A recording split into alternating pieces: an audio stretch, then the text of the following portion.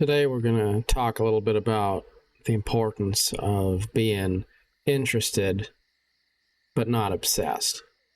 And I was thinking about how whenever you get a fandom, a group of people that are really excited about some particular thing, they get really granular about all the small details, and then they start to get obnoxious and toxic. And it really doesn't matter what the topic is. It doesn't really matter what the subject matter is. It's just a truth that's kind of universal. Whenever you have enthusiasts, they get really excited about things and then they become obnoxious. I'm on a group on Facebook that's about computer builders, and people post about their computers and stuff on there. And I've noticed people always jump into this big debate about whether Intel or AMD is better. And they will rip each other apart over this stuff. And if you are in the wrong camp, they will degrade you. They will treat each other like garbage and tell each other that their builds are garbage and stuff like that. And it's really ridiculous because you're talking about people that all have probably good computers. They're all top of the line builds, but they're splitting hairs over this top 10% of performance and just eviscerating each other over it. And then somebody from the outside comes in and sees this and thinks, well, why are these people so toxic?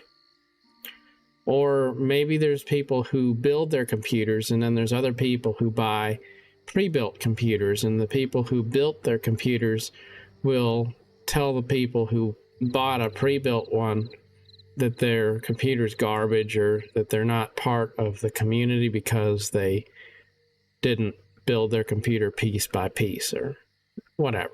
It's that kind of stuff.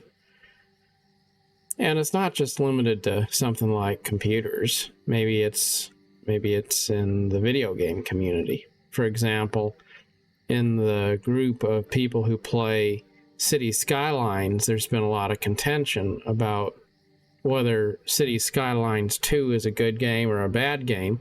Came out recently, and there's been some performance problems with it. There's been various things going on, and it's not a perfect game, but it's certainly a good game overall. And yet people are just ripping into each other over that, and then it turns into a tribalism thing where the people who are mad about the new game are going to jump on the bandwagon of being against it, and then if they find somebody that says, well, maybe it's not a terrible game, then they'll ostracize those people and say, well, you're shilling for the bad developers or something like that. And it's just, again, an example of where when people get really obsessed with something, then they aren't objective anymore. And then that takes the fun out of being an enthusiast, because it's great to be invested in something. It's great to want to be passionate about a specific thing in life. Maybe a job you have, maybe a game you play, whatever it might be. It's great to be invested in it. It's great to be wanting to be more than what you are. It's great to want to take things to greater heights and achieve new experiences. It's important to be interested in what you're doing in life. And if you don't have some level of passion that carries on and you're consistent about, then you're never going to get any traction to really have a enduringly good experience. But at the same time, you don't want to be so obsessed with any one thing that you can't see the forest for the trees. And that just leads me to the topic of duality, which is the principle that in just about every circumstance, for every yes, there's a no. There's always that devil's advocate sort of a case to be made for why every perspective is both right and also, to a point, not the full picture. And that's one of the hard things in life, because we want to put everything into a bucket and say, well, is this a good game or is it a bad game? Is this a good job or is it a bad job? Is this a healthy relationship or is it a toxic relationship? Am I doing the right thing, or should I totally throw it in the garbage and do something different with my life? We ask ourselves these questions every day. And then we get sort of confused because maybe we can't quite figure out what bucket to put things in. And the truth is, things can be halfway in a lot of different buckets all at the same time. You can have something with great potential, but it's not delivering results right now, so you have to hedge your bets and invest in a more diversified portfolio. But that doesn't mean that you don't still have a certain level of faith that if the instrument begins to deliver fruit in the future, you want the door open to that possibility, while not exposing yourself to undue risk. Maybe that game is a good game, but it's not perfect. So there's going to be other games you play too. Maybe a relationship is a good one, but it's not all-encompassing. And so it's not the only one in your life. Maybe you love your job today, but you also know that today doesn't necessarily mean forever.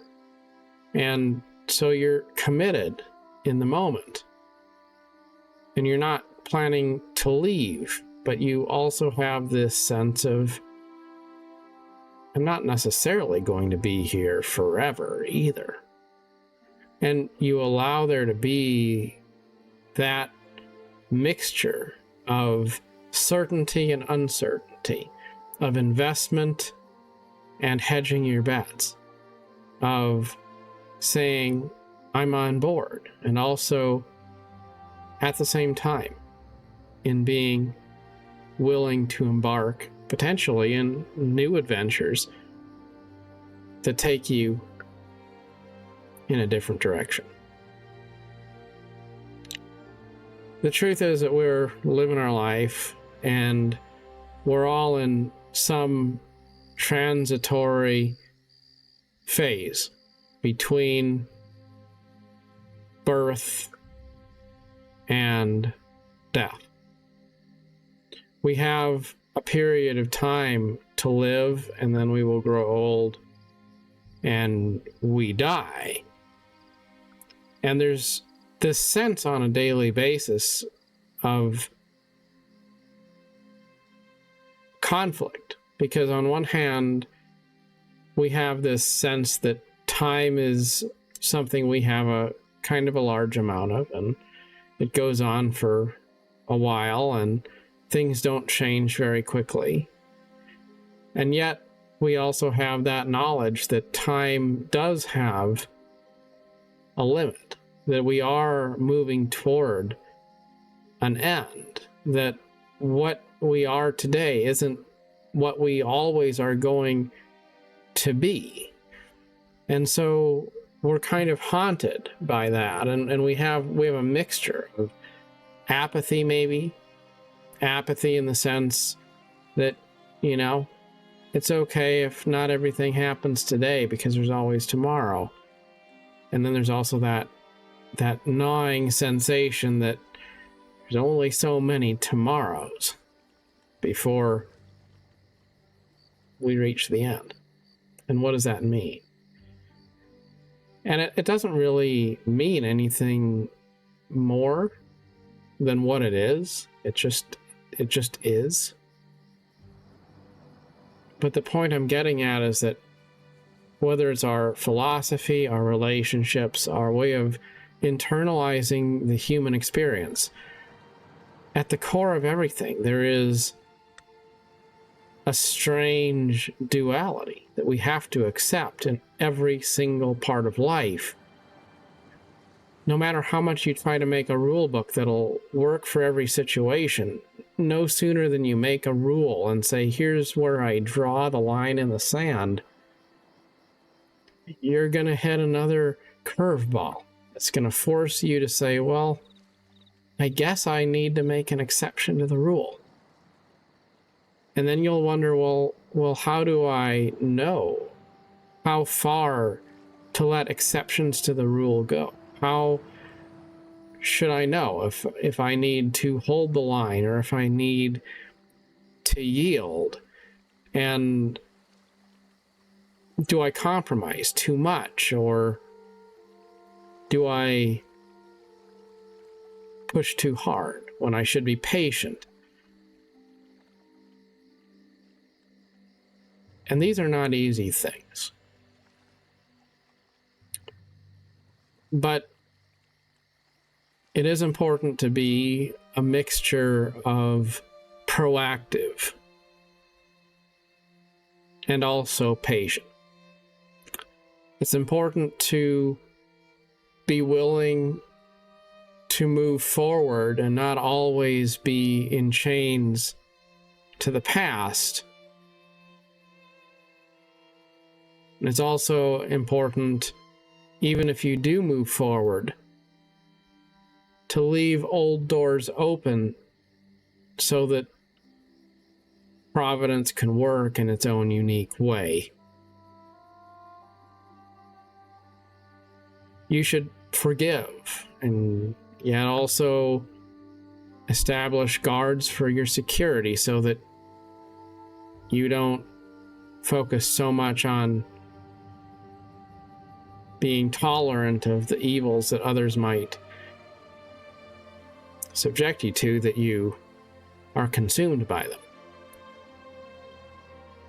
You have to have a position and strive to live a noble life, and yet it's also important to remember that no matter how much we try to have an absolute law that we treat as unequivocal truth, life is filled with shades of gray, necessarily.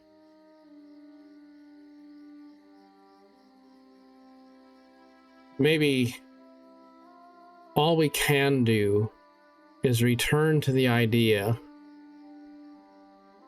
of routines.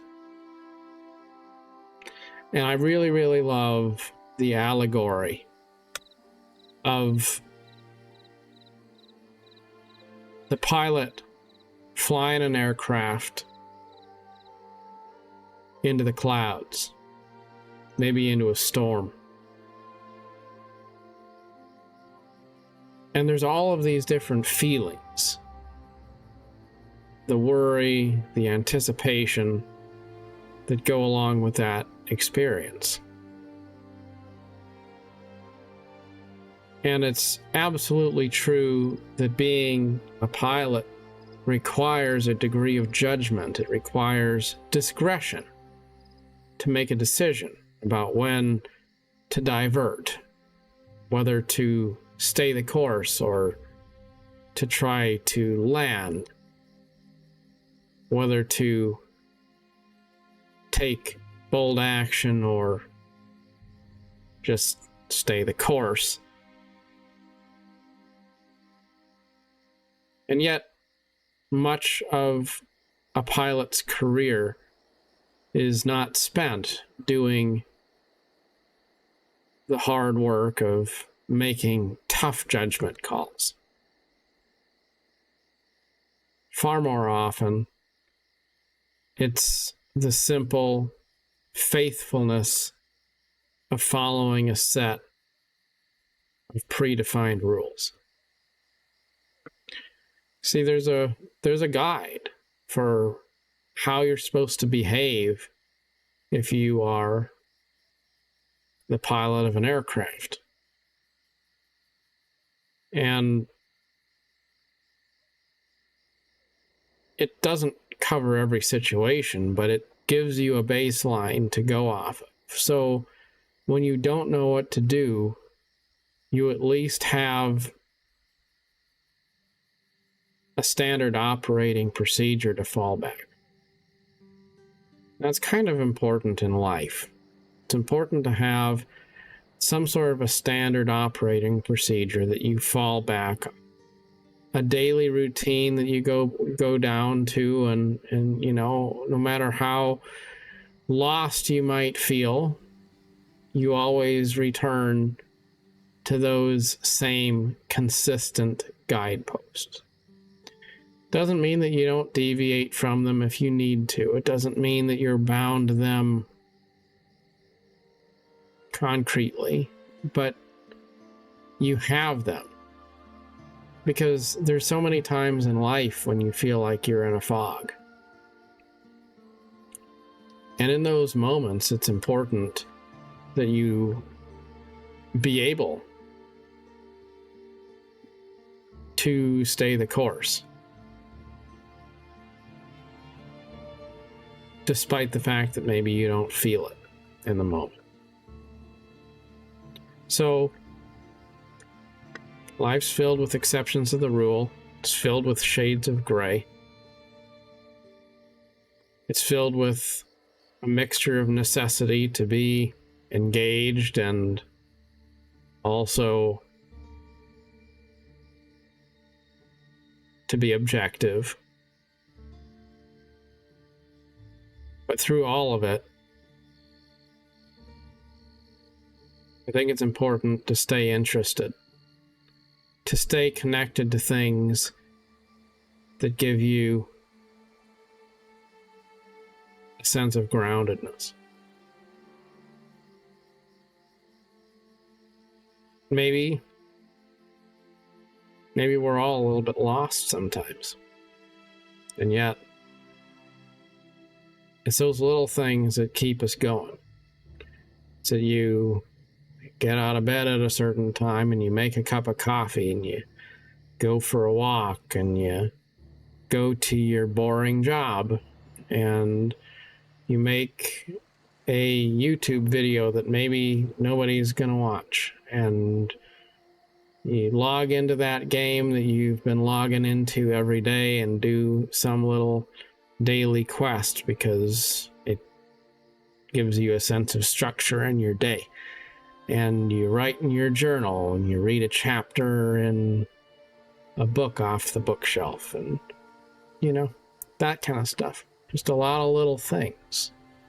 You reach out to a few people who are important to you, and you make a lunch date here and there, and you listen to a few of your favorite songs, and you watch a movie that you haven't watched before, whatever it is.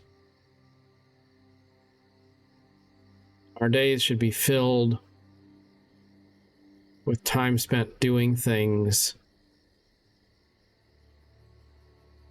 purposefully.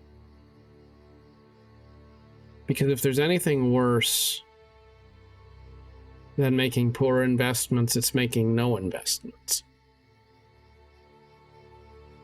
And there's a risk that we start to get discouraged and we say, well, you know, people are crazy and I don't want to associate with all of their madness, and everything's broken, so I guess I just won't participate in the system at all.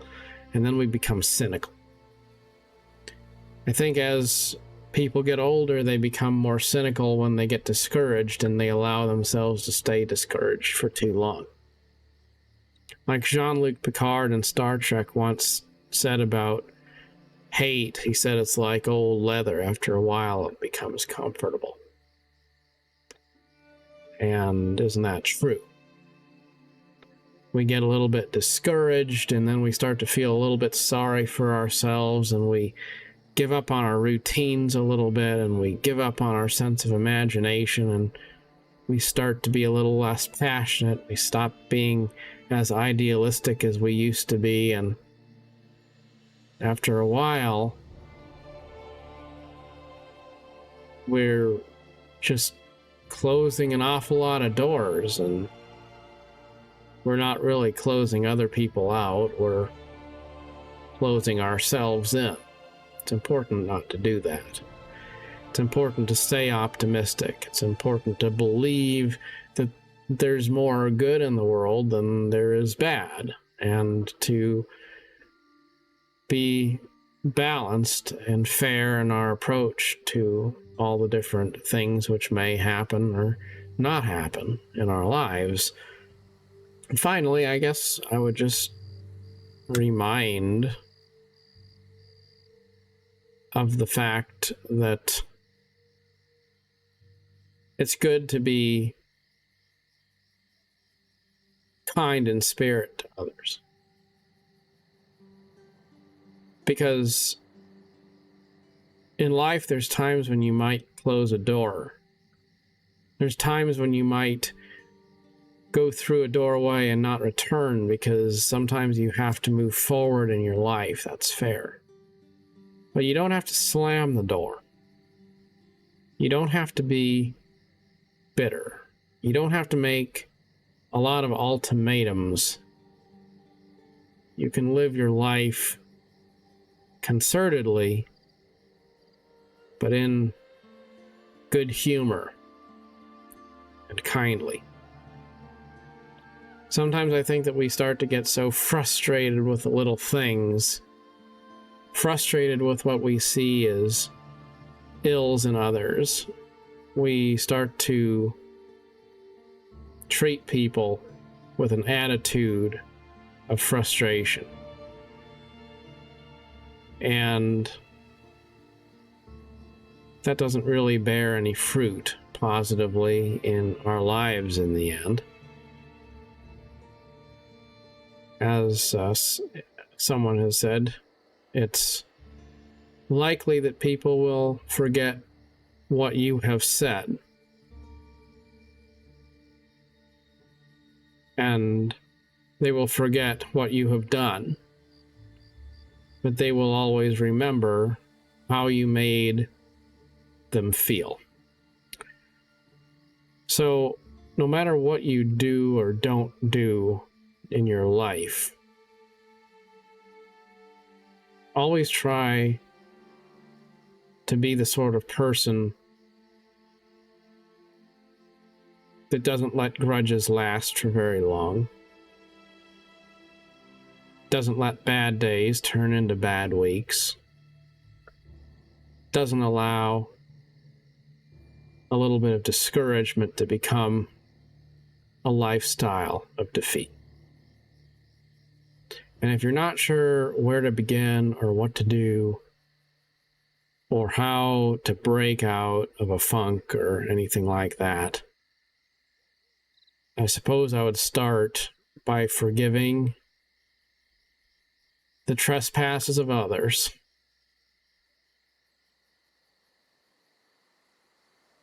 and then